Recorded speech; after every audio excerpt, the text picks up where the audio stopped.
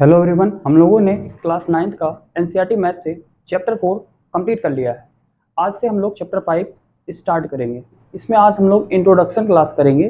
तो चलिए स्टार्ट करते हैं आज की क्लास को। तो हम लोगों को इसमें समझना है पोस्टुलेट और एक्सियम्स क्या होते हैं, इसके बारे में हम लोग को पहले समझना है। तो चलिए इसको हम लोग समझते हैं। तो पोस्टुलेट क्या होता है? ऐसे अजम्पशंस जो कि केवल ज्योमेट्री के लिए स्पेसिफिक हो। ठीक है, तो ज्योमेट्री का यूज हम लोग जिसमें करेंगे वो पोस्टुलेट होगा। और एक्सियम्स क्या होता है? तो एक्सियम्स में हम लोग किसका यूज करते हैं? तो assumptions use throughout mathematics and not specifically link to geometry. तो इसका मतलब ये है कि जो एक्सियम्स होगा वो ज्योमेट्री से लिंक नहीं होगा, मतलब इसमें हम लोग ज्योमेट्री के बारे में नहीं पढ़ेंगे। तो इसके बाद हम लोग अब चलिए समझते हैं कि कुछ एक्सियम्स हैं और कुछ पोस्टुलेट है। तो टोटल 7 एक्सियम्स हैं और 5 पोस्टुलेट है। इसको भी हम लोग चलिए समझते हैं। तो चलिए समझते हैं कितने एक्सियम्स हैं। तो टोटल 7 एक्सियम्स है। इसको हम लोग एक एक करके सबको समझते हैं। ठीक है, तो फर्स्ट जो एक्सियम्स है हम लोग का, things which are equal to the same thing are equal to one another. Okay, इसको हम लोग समझते हैं क्या ये बोला इसने। ठीक, तो ये बोल रहा है कि जो things which are equal to the same thing are equal to one other, मतलब ये है कि अगर हम लोग मान लें कि कोई नंबर ए है जो कि बी के बराबर है, ठीक, और फिर एक नंबर बी है और वो सी के बराबर है। तो यहाँ पर ए बी के बराबर है और ये बी सी के बराबर है। तो यहाँ पर हम लोग बोल सकते हैं कि जो ए होगा वो सी के भी बराबर होगा। ठीक है, तो ये इस पहले लाइन का मतलब होगा, यही है मीनिंग। इसके बाद हम लोग सेकेंड नंबर हम लोग समझते हैं। सेकेंड नंबर क्या है? If equals are added to equals the whole are equal. Okay, इसका मीनिंग क्या होगा इसको भी समझते हैं। तो बोल रहा है कि अगर इक्वल जो है किसी, मतलब ये है कि अगर हम लोग बोलें कि ए जो है बी के इक्वल, ये हम लोग को समझ में आता है। तो ये फर्स्ट का ए बी के इक्वल है। तो बोल रहा है कि अगर हम लोग इक्वल में, ठीक है, अगर if equals are added to equal, अगर इसमें हम लोग कोई सेम नंबर ऐड कर दे तो जो होल नंबर, मतलब जो इसका आंसर आएगा वो भी क्या होगा? इक्वल होगा। तो अगर हम लोग इसमें एक नंबर ऐड कर दे सी, बोथ साइड, ठीक है, दोनों में इक्वल नंबर अगर हम लोग ऐड करेंगे तो सिंपल सा है, ये इक्वल ही होगा। ठीक है, अगर कोई नंबर पहले से इक्वल है और उसमें हम लोग इक्वल नंबर ऐड कर दें तो सिंपल सी बात है, इक्वल ही होगा। जैसे हम लोग एग्जाम्पल देखें कि मान लेते हैं 4 जो है वो 4 के इक्वल है, दोनों में 1 ऐड कर दें तो 5 इक्वल टू 5 हो जाएगा। बहुत ही आसान है। ठीक है, इसके बाद थर्ड नंबर पॉइंट है, if equals are subtracted from equals the remainder are equal. Okay, ये भी ठीक है। अभी क्या हो रहा था? अभी हम लोग ऐड कर रहे थे इक्वल से, तो होल जो था वो भी इक्वल था।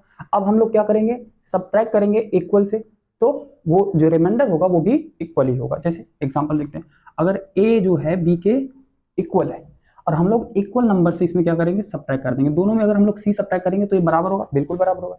ठीक है, क्यों बराबर होगा? क्योंकि यहाँ पर ए और बी क्या है? इक्वल है। जब ए और बी इक्वल है तो हम लोग ए को चाहे ए लिखें और चाहे बी लिखें, दोनों मीनिंग सेम ही है। ठीक है, क्योंकि इक्वल है वो। तो यहाँ पर अगर हम लोग लिखना चाहे, हम लोगों ने 4 लिखा तो 4 इक्वल 4, अब 1 सब्ट्रैक्ट कर दें इसमें दोनों में तो कितना आएगा? 3 इक्वल 3, बिल्कुल आसान। ठीक है, तो ये भी हो गया। इसके बाद हम लोग 4 नंबर पॉइंट समझते हैं। तो 4 नंबर में क्या है? तो 4 नंबर में है things which coincide with one another are equal to one another. Okay, तो क्या होगा? कोई भी थिंग्स जो कि क्या करे? कोइंसाइड कर जाए। ठीक है, मतलब ओवरलैप कर जाए एक दूसरे के ऊपर। ठीक है, तो वो क्या होगा? तो जो are equal to one another, मतलब दोनों इक्वल होंगे। इसका एग्जांपल हम लोग समझते हैं। मान लेते हैं ये कोई लाइन है। ठीक है, ये कोई लाइन है, इसका हम लोग नाम रख देते हैं ए बी। ये कोई ए बी लाइन है और एक लाइन सी डी है। ठीक है, ये लाइन सी डी।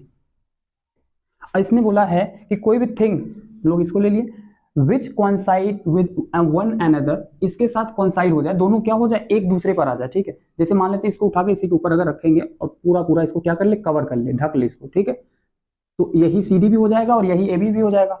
तो क्या बोला इसने कि are equal to one another, मतलब ए बी भी इक्वल होगा और सी डी भी इक्वल होगा, दोनों का इक्वल होगा। ठीक, अगर मान लेते हैं अगर ये 5 सेंटीमीटर का है तो ये भी कितने का होना चाहिए? 5 सेंटीमीटर का कोइंसाइड करेगा।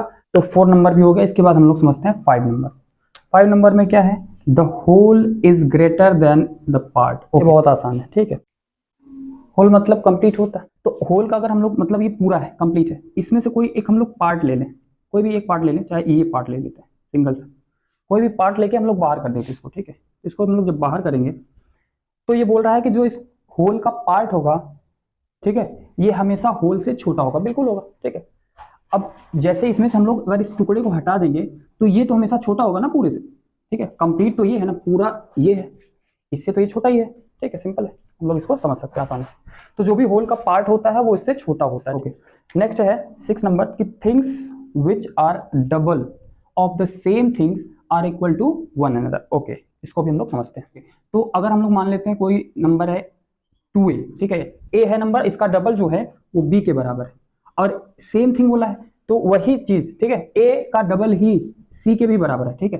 तो जो 2a है वो b के भी बराबर है और 2a जो है वो c के भी बराबर है, तो इसका मतलब ये है कि जो b है ये c के बराबर होगा, सिंपल है, ठीक है। कि अगर b बराबर 2a है और c बराबर भी 2a है तो b इक्वल टू c होगा, क्योंकि b की वैल्यू भी क्या है 2a है, c की वैल्यू भी क्या है 2a है, सिंपल है, ठीक है। अब लास्ट वाला हम लोग समझते हैं। लास्ट वाला क्या है कि थिंग्स विच आर हाफ्स, अभी क्या हो रहा था, डबल हो रहा था, अभी डबल कर रहे थे, अब हम लोग हाफ करेंगे, of the same things are equal to one another, okay. अब हम लोग हाफ करेंगे, तो इसी क्वेश्चन को हम लोग जैसे अभी डबल किए थे वही हाफ करना है, तो a/2 कर दे। अगर a/2 किसके बराबर है, a का आधा b के बराबर है, ठीक है, a का हाफ b के बराबर है, और सेम बोला है तो a का ही हाफ अनदर किसी दूसरे नंबर के बराबर है तो c के बराबर है, तो अगर ऐसा है तो b भी किसके बराबर होगा, c के बराबर होगा, ये दोनों नंबर बराबर होंगे। तो ये हो गया हम लोग का एग्जियम्स, टोटल 7 एग्जियम्स थे, हम लोगों ने इसको कंप्लीट कर लिया। अब चलिए करते हैं पोस्टुलेट, तो टोटल 5 पोस्टुलेट हैं उसको हम लोग करेंगे, ठीक है, चलिए करते हैं। तो चलिए अब समझते हैं पोस्टुलेट में टोटल 5 पोस्टुलेट हम लोग को पढ़ना है, तो चलिए अब हम लोग उसको करते हैं, ठीक है। तो फर्स्ट पोस्टुलेट है a straight line may be drawn from any one point two another point, कोई भी जो स्ट्रेट लाइन, एक स्ट्रेट लाइन जो होगा तो क्या हो सकता है, ड्रॉन किया जा सकता है किसी एक पॉइंट से दूसरे पॉइंट की तरफ, मतलब ये है कि कोई एक पॉइंट है और कोई दो पॉइंट है, ठीक, कोई एक पॉइंट है और कोई दूसरा पॉइंट है, ठीक। अब इससे केवल कितना, एक ही, कोई एक पॉइंट है और कोई दूसरा पॉइंट है, ठीक। अब इससे केवल कितना, एक ही स्ट्रेट लाइन जा सकती है, तो ये स्ट्रेट लाइन इससे होकर चली जाएगी, बहुत ही सिंपल है, ठीक है, कि कोई एक पॉइंट होगा और दूसरा पॉइंट होगा, उससे क्या होगा, हम लोग स्ट्रेट लाइन हम लोग खींच सकते हैं, बिल्कुल खींच सकते हैं, ठीक है, एक स्ट्रेट लाइन ड्रॉ कर सकते हैं, एक स्ट्रेट लाइन ड्रॉ कर सकते हैं।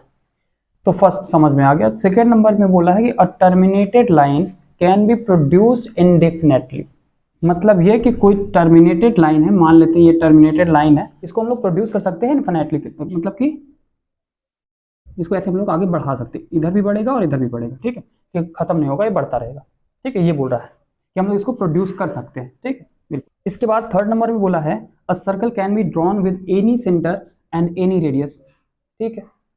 तो बोल रहा है कि कोई भी सर्कल हम लोग क्या कर सकते हैं, ड्रॉ कर सकते हैं किसी भी सेंटर का या फिर किसी भी रेडियस का, ठीक है, बिल्कुल।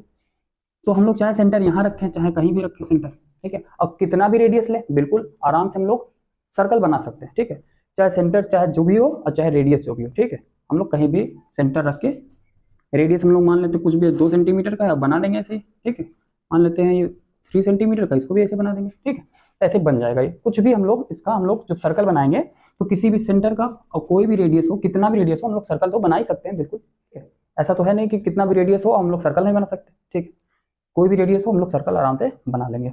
इसके बाद हम लोग 4 नंबर में देखेंगे कि all right angles are equal to one another, जितने भी राइट एंगल्स होते हैं सभी एक दूसरे के बराबर होते हैं, ओके। तो राइट एंगल जो होता है वो क्या होता है, वो 90 डिग्री होता है, ठीक है, ये राइट एंगल है, राइट एंगल 90 डिग्री होता है, तो 90 डिग्री या तो ऐसे होगा, ठीक है, ये 90 डिग्री है, या ऐसे होगा, ठीक है, मतलब ये है कि चाहे जैसे भी हो, किसी भी शेप में हो, 90 डिग्री है तो वो इक्वल होगा, ठीक है, चाहे ऐसे हो, ये 90 डिग्री अगर है तो ये इक्वल है, चाहे ऐसे हो, ठीक है, अगर ये 90 डिग्री है तो ये सभी क्या है, इक्वल है, तो ये सब हम लोग समझ गए। अब हम लोग समझेंगे लास्ट पॉइंट 5 नंबर, ठीक है, चलिए उसको समझते हैं। तो 5 नंबर है if a straight line falling on 2 straight lines make the interior angles on the same side of it taken together less than 2 right angles, then the 2 straight lines if produced indefinitely meet on that side on which the sum of angles is less than the 2 right angles, okay। तो 2 right angle का मतलब क्या होगा, 2 right angle मतलब right angle means 90 degree, 2 right angle मिलके क्या हो जाएगा 180 डिग्री, ओके, ये हम लोग को समझना है।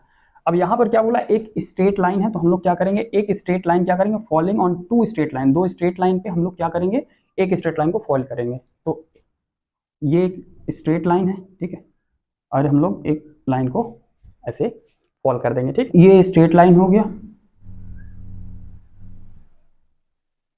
इसके बाद बोला है कि makes the interior angles on the same side. तो सेम साइड, जैसे मान लेते हैं इंटीरियर एंगल लेना है और सेम साइड का, तो ये हम लोगों का क्या है, इंटीरियर एंगल है सेम साइड का। ठीक है, और इधर का लेंगे तो ये हम लोग का इंटीरियर एंगल है सेम साइड। तो इधर वाला इंटीरियर एंगल और इधर वाला सेम साइड का इंटीरियर एंगल। ठीक है, आगे same side of it taken together, साथ में जब लिया जाएगा। ठीक है, इन दोनों को जब हम लोग साथ में लेंगे, मान लेते हैं ये कुछ भी है, ये एंगल 1 है, ये एंगल 2 है, ये 3 है और ये 4 है। ठीक है, हम लोग जब साथ में लेंगे तो क्या होगा, तो together less than 2 right angles. वो जो हम लोग जब साथ में लेंगे तो बोला है कि लेस होना चाहिए, कम होना चाहिए 2 राइट एंगल से, मतलब 2 राइट एंगल मतलब 180 से कम होना चाहिए। देन अगर कम होगा तो क्या होगा, देन 2 स्ट्रेट लाइन, जो 2 स्ट्रेट लाइन है। ठीक है, अगर जो इन दोनों इंटीरियर एंगल को हम लोग जब जोड़ेंगे, अगर कम होगा तो क्या होगा, तो जो 2 स्ट्रेट लाइन है ये प्रोड्यूस, हम लोग जब प्रोड्यूस करेंगे indefinitely meet on that side on the which the sum of angles is less than 2 right angle. Okay, तो अब समझिए इसको। तो यहाँ पर ये इंटीरियर एंगल है और इन दोनों को अगर हम लोग जोड़ेंगे, ठीक है, इन दोनों को अलग जोड़ेंगे, इन दोनों को अलग जोड़ेंगे, तो जो भी ऐड करने पे 180 से कम होगा, 180 से कम होगा तो उस वाले साइड में, ठीक है, जैसे मान लेते हैं कि इस साइड हम लोग देख रहे हैं कि ये 180 से कम होगा। ठीक है, तो जिस साइड 180 से कम होगा इन दोनों एंगल का सम, ठीक है, इंटीरियर एंगल का सम अगर 180 से कम है, तो ये 180 से कम है, तो हम लोग क्या करेंगे, अगर ये 180 से कम होगा तो हम लोग इस वाले साइड के लाइन को हम लोग आगे बढ़ाएंगे, प्रोड्यूस करेंगे आगे, तो इसको हम लोग प्रोड्यूस करेंगे आगे की तरफ। ठीक है, तो ये दोनों लाइन जो होगा ये कहीं ना कहीं पर इस दोनों को मीट करेगा। ठीक है, ये दोनों कहीं ना कहीं में मीट करेंगे, यही ये बोल रहा है। ठीक है, तो जो भी इंटीरियर एंगल का जो सम होगा और 180 से छोटा होगा, 180 से छोटा होगा, तो वो उन दोनों लाइन को हम लोग जब आगे प्रोड्यूस करेंगे तो दोनों एक दूसरे को कहाँ, एक जगह एक पॉइंट पे मीट करेंगे, मिलेंगे, एक दूसरे को क्या करेंगे, मीट करेंगे। ठीक है, तो यहाँ पर हम लोगों ने इसको भी कंप्लीट कर लिया है। आज हम लोग इंट्रोडक्शन क्लास कंप्लीट कर लिए हैं। अब हम लोग नेक्स्ट वीडियो में इसका एक्सरसाइज स्टार्ट करेंगे, तो मिलते हैं नेक्स्ट वीडियो में।